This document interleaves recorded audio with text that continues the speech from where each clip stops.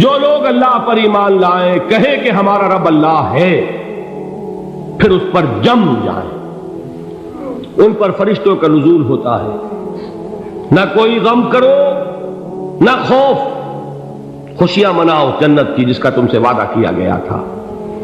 اللہ کی ربوبیت پر اطمینان جب انسان کو ہو جاتا، میرا رب اللہ ہے، ربی اللہ، انسان کے لیے نہ کوئی کھٹکا، نہ کوئی خطرہ، نہ کوئی خوف، نہ کوئی حزن۔ جو کچھ ہو رہا ہے کس کے اذن سے ہو رہا ہے؟ اللہ کے اذن سے۔ اللہ کے اذن کے بغیر پتہ تک نہیں ہلتا۔ یہ کوئی اندھا بہرا مادہ نہیں ہے جس سے مجھے کوئی خوف ہو۔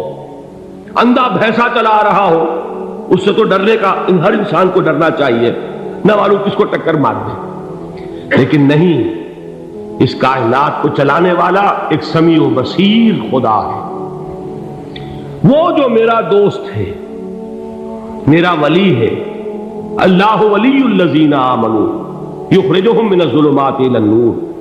اللہ اہل ایمان کا ولی ہے، ساتھی ہے، پشت پناہ ہے، مددگار ہے، حمایتی ہے۔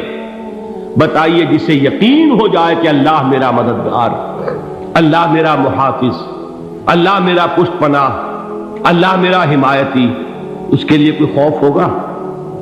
اس سے کوئی ڈر ہوگا؟ میں مثال دیا کرتا ہوں ایک بہت سادہ، پنجاب کے دیہات کی۔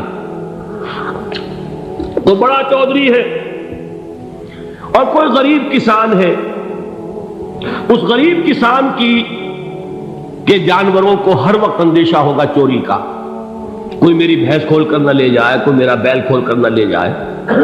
لیکن جس کے بارے میں یہ سب کو معلوم ہو کہ وہ جو بڑا چودھری ہے وہ اس کا دوست ہے، اس کی بچیا کو کوئی خوف ہوگا؟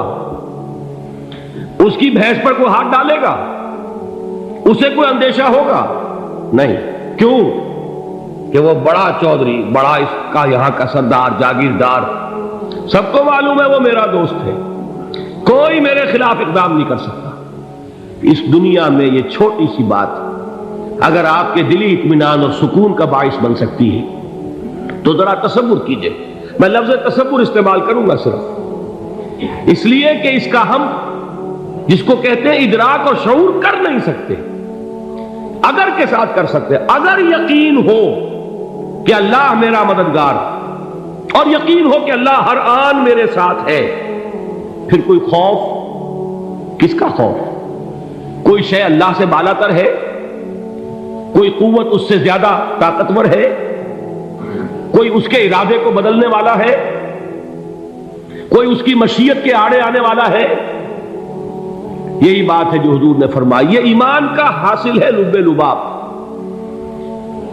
کہ دیکھو اچھی طرح اس بات کو ذہن نشین کر لو، اگر تمام انسان مل کر تمہیں کوئی نقصان پہنچانا چاہے نہیں پہنچا سکتے، مگر جو کچھ اللہ نے لکھ دیا ہو، اور تمام انسان مل کر تمہیں کوئی نفع پہنچانا چاہے نہیں پہنچا سکتے، مگر وہ شے جو اللہ نے طے کر دی۔ آپ پھر میں کہوں گا ذرا طاری کیجئے، اسے فرض کیجئے، اسے سوچئے۔ اگر اس حدیث پر ہمارا دل ٹھکا ہوا ہو تو کسی سے ڈر ہوگا؟